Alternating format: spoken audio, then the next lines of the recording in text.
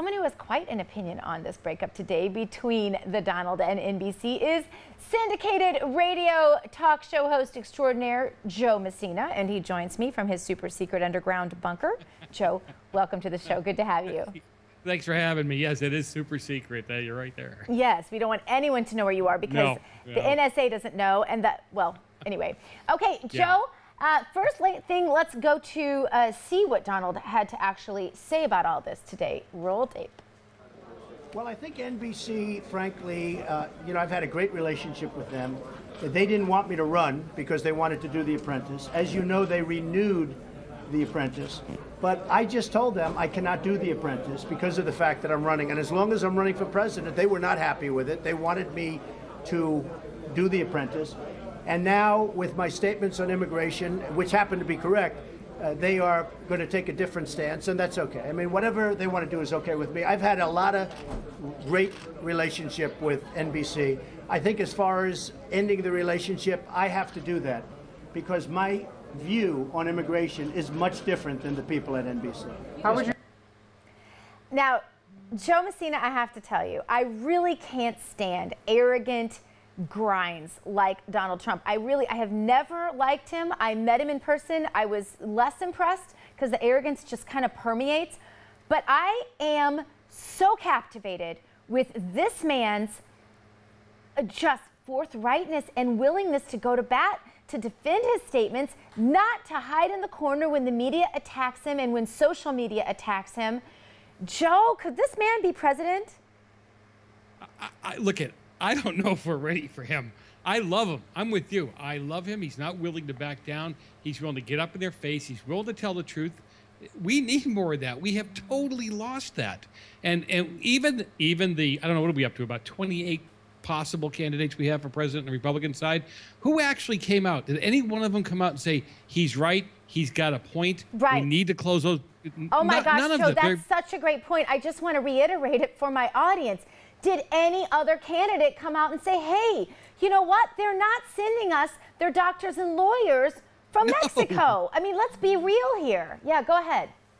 No, and you're right. And look at, he doesn't need to worry about who he gets money from. He's self-funding his whole campaign. I think he's using one of the 4 cookie jars he has in his kitchen. I wish he'd use some of that money to fix that hair of his, because when he's talking, I can't get my eyeballs off his hair. Sorry, Donald. I'm with you.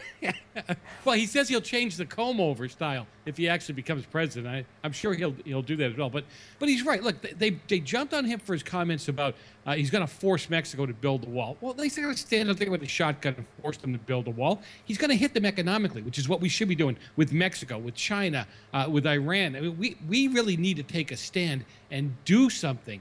Even the guys running for office, which one of them have said, I will do this, period? Can you give me one? I mean, I do hear some tough talk, but I think that you make such an excellent point, and I'm waiting to see which of the other candidates says, hey, you know, I mean, you can't crucify a guy for saying what is the truth. We can all pretend like the giant pink elephant isn't in the room, but when it is, could someone just say so, for crying out loud, and then stand behind it even when attacked, which is what has been so impressive. And I am hearing more and more conservatives say, I just find him refreshing. Even though he's an arrogant jerk, I find him refreshing. And that's sort of where I stand at this moment. Univision begged him back into the dance, didn't they? After coming out and saying we're never going to have anything to do with him ever again, they came right back and apologized to him and begged him back. Will NBC go the same way as Univision? You know what? If I was him, I'd go.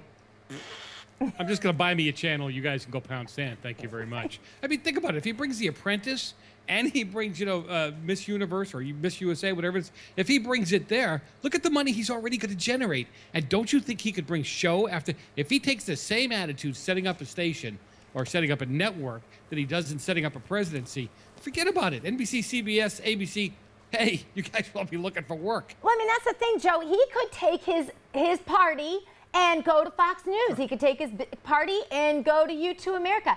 He could take his party and start the Trump network, and it'd be all over for NBC. I mean, do you know how much money NBC, in fact, he could just by NBC. That's one of the funny things. You know, we act like Trump is this villain because he has all this money, but that basically makes him immune, Joe, unless you can think of something I can't, from Gina, being bought off like the rest of the Wall Street flunkies are.